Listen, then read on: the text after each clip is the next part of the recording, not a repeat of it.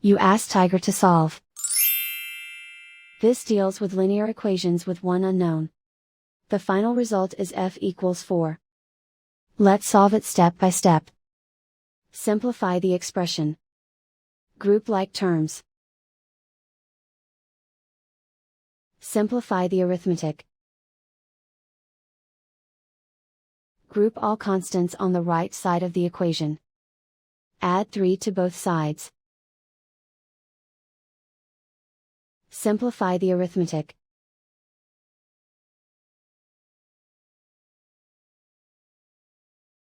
Isolate the f. Divide both sides by -2. Cancel out the negatives. Simplify the fraction.